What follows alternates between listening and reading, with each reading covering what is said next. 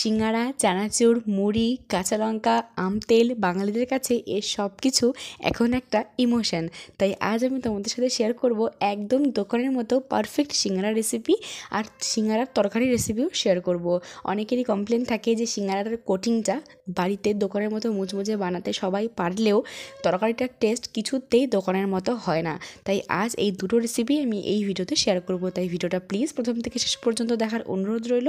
তার আগে বলি, যদি ভিডিওটা ভালো লেগে থাকে বেশি বেশি করে লাইক আর শেয়ার করে দিও। এরকমই নিত্য নতুন রেসিপির জন্য প্লিজ প্লিজ প্লিজ সাবস্ক্রাইব করে পাশে দেখো। তো চলো আর বেশি সময় নষ্ট করবো না, শুরু করে ফেলি ভিডিও। প্রথমে ময়দাটা ময়ান দিয়ে নিচ্ছি। তার জন্য 1 বাটি ময়দা নিয়েছি, তার মধ্যে দিয়ে দিচ্ছি 3 থেকে 4 টেবিল চামচ সাদা তেল, সামান্য একটু লবণ আর একটু কালো জিরে। সব একসাথে ভালো মতো চেপে চেপে 3 থেকে 4 মিনিট ধরে ময়ানটা দিয়ে নিচ্ছি, তাহলে সিঙ্গারাটা খুবই খাস্তা হবে। তারপর অল্প অল্প করে জল দিয়ে রুটি বা পরোটার জন্য যেরকম ডো মাখি সেরকম ডোটা মেখে রেস্টে রেখে দিচ্ছি 10 থেকে 15 মিনিট। এবার তরকারিটা বানাবো, যার জন্য তেলে বাদামটাকে ভেজে উঠিয়ে নিচ্ছি। এবার একটা মশলা বানাবো, যেই স্পেশাল মশলাটার জন্য দোকানের সিঙ্গারাটা খেতে এতটা টেস্টি হয়। আর এই পদ্ধতিতে তোমরা যদি সিঙ্গারার তরকারিটা বানাও, তারপরেও যদি দোকানের মতো স্বাদ তোমাদের তরকারিতে না আসে, তখন এসে আমাকে বলো। তো চলো শুরু করে ফেলি বানানো। যার জন্য একটা বাটির মধ্যে নিয়েছি 1 টেবিল চামচ জিরে আদা বাটা, হাফ চামচ লবণ, হাফ চামচ হলুদ গুঁড়ো, হাফ চামচ কাশ্মীরি লঙ্কার গুঁড়ো আর হাফ চামচ আমচুর পাউডার অথবা চাট মশলা। সব একসাথে ভালো মতো মেখে রেখে দিচ্ছি। তার মধ্যে দিয়ে দিচ্ছি হাফ ইঞ্চি মতো আদা গ্রেট করে।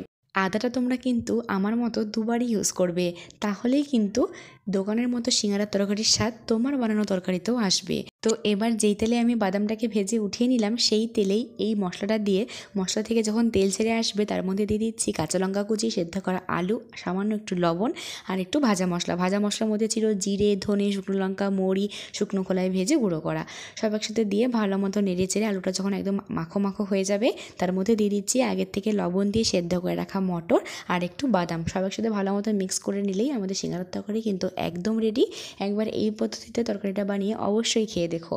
এবার যে ময়দাটা আমি রেস্টে রেখেছিলাম, সেই ময়দাটা ভালো মতো আরেকবার চটকে নিয়ে বড় বড় লিচি কেটে নিচ্ছি। তারপর দু অর্ধেক করে কেটে নিয়ে যেরকম সিঙ্গারা ফোল্ড করে সেরকম করে মাঝখানে তরকারি ঢুকিয়ে সিঙ্গারাটাকে ফোল্ড করে নিচ্ছি। আর সাইডগুলো কিন্তু জল দিয়ে অবশ্যই চেপে দেবে, নয়তো কিন্তু সিঙ্গারাটা তেলেতে পড়ার সঙ্গে সঙ্গে খুলে আসতে পারে। দেখো আমার দুটো সিঙ্গারা কিন্তু একদম রেডি হয়ে গেছে। এবার তেলের মধ্যে শুধু ভাজার অপেক্ষা। এই প্রসঙ্গে বলে রাখি, তেলটা কিন্তু একদম লো ফ্লেমে থাকবে। সিঙ্গারাগুলো যখন দেবে তোমরা, তখন জানি তেলটা একদম লো ফ্লেমে থাকে। আস্তে আস্তে তেলের টেম্পারেচার হিট করার সাথে সাথে সিঙ্গারাগুলো কিন্তু ফুলে উঠবে। এই পদ্ধতিতে ভাজলেই কিন্তু সিঙ্গারাগুলো একদম খাস্তা হবে দোকানের মতো। তো 2 পিঠ লাল লাল করে ভেজে নেওয়ার পরে সিঙ্গারাগুলো আমাদের রেডি হয়ে গেছে। দেখো কি সুন্দর দেখতে হয়েছে, একদম দোকানের মতো, খেতেও কিন্তু একদম দোকানের মতো হবে। এবার আমি মুড়িটা রেডি করে নিচ্ছি।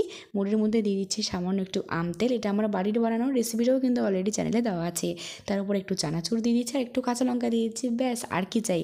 আর যারা এভাবে খেতে পছন্দ করো না আমার মতো, তারা এরকম চাট বানিয়েও খেতে পারো। সিঙ্গারাটা ভেঙে চুড়ে নিয়ে তার মধ্যে একটু টক দই, একটু তেঁতুলের চাটনি আর একটু উপর থেকে স্পেশাল মশলা মানে আলুর মশলাটা দিয়ে সার্ভ করে দিলেই কিন্তু আমাদের সিঙ্গারা চাট একদম রেডি। কেমন লাগলো আজকের রেসিপিটা জানিও কমেন্ট করে। আজকের মতো এই পর্যন্তই, দেখা হচ্ছে নতুন পর্বে। বাই।